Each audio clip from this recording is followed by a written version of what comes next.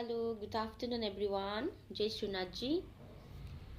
So आज चाहिँ मेरो बोर्ड 12 बोर्ड एक्जाम ड्युटी थियो है स्कुलमा र रिलेटेड दिस बोर्ड एक्जाम है सीबीएसई प्याटर्नको बारेमा म तपाईहरुलाई केही कुरा भन्न चाहन्छु. हुन त सबैलाई थाहै नै छ है, नाउअडेज एभ्रीवन इज अपडेट.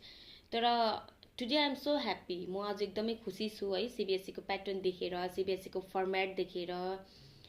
र म किन खुसी छु त्यो पनि म तपाईहरुलाई भन्न चाहन्छु है. नानीहरुलाई चाहिँ आज 9:30 अनवर्स बोलाएको थियो है. 10 बजेसम्म चाहिँ भित्र आइसक्नुपर्छ हलमा.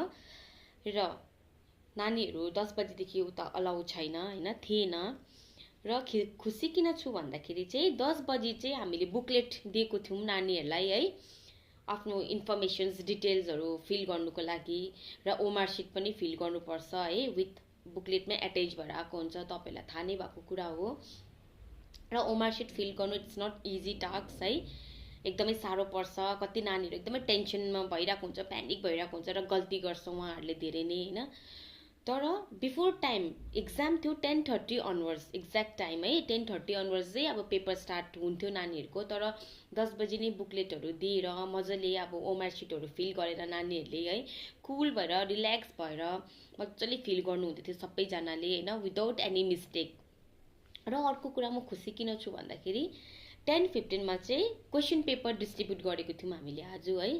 क्वेशन पेपर डिस्ट्रिब्युट गर्दाखेरि चाहिँ मजाले नानीहरुले त्यो 15 मिनेट्समा क्वेशन पेपर पढ्नु हुन्छ मजाले हैन. पढिसकेर दे रियलाइज्ड है, दे एनालाइज्ड मेबी कि मैले कुन चाहिँ क्वेशन गर्न सक्छु, कुन चाहिँ गर्न सक्दिन, र कतिको इजी आएको छ, कतिको हार्ड आएको छ पेपर, के गर्नुपर्ने, कस्तो फर्मेट छ, सबै उहाँहरुले देख्नुहुन्छ. र अनि मात्रै 10:30 अनवर्स चाहिँ जब बेल लाग्यो तब चाहिँ नानीहरुले लेख्न सुरु गर्यो. यसो यो प्याटर्न्सले चाहिँ म के भन्न चाहन्छु भने नानीहरुले एक्ज्याक्ट टाइम पायो नि 3 hours right. So 3 hours exact time पायो. र इन्भिजिलेटरको काम तपाईहरुलाई थाहै छ है, हामीले पनि धेरै फर्मेट्सहरु फिल गर्नुपर्छ. अब नानीहरुको 2 times name details with photos with signatures हामीले अपडेट गर्नुपर्छ है. त्यस्तो अब आफै पनि सोचिहाल्नुस् न तपाईहरु, अब मजाले पेपर लेखिरहेछ, आन्सर लेख्दा लेख्दै अब सडनली तपाईको पासमा आएर सोध्दाखेरि डिस्ट्र्याक्ट हुने कुरा हो है. र यो सारे कुरा हुनुभन्दा अगाडि नै ओमार सिट उनीहरुले मजाले फिल गरेको हुन्छ, प्रपर क्वेशन पेपर रिडहरु गरेको हुन्छ. र त्यस्तो गर्दा चाहिँ नानीले एक्ज्याक्ट 3 आवर्स टाइम पायो, डिस्ट्र्याक्सन्स भएन है.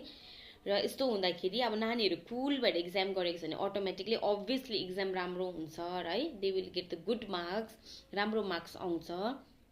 र I am so happy.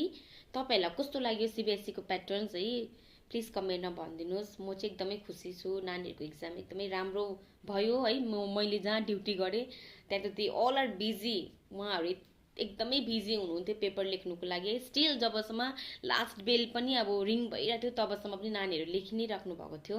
That means paper राम्रो नै भयो होला है. होपफुली राम्रै होस्, सबैजनाको फ्युचर ब्राइट होस् भन्दै मेरो शब्द यही राख्न चाहन्छु. Thank you. Have a nice day.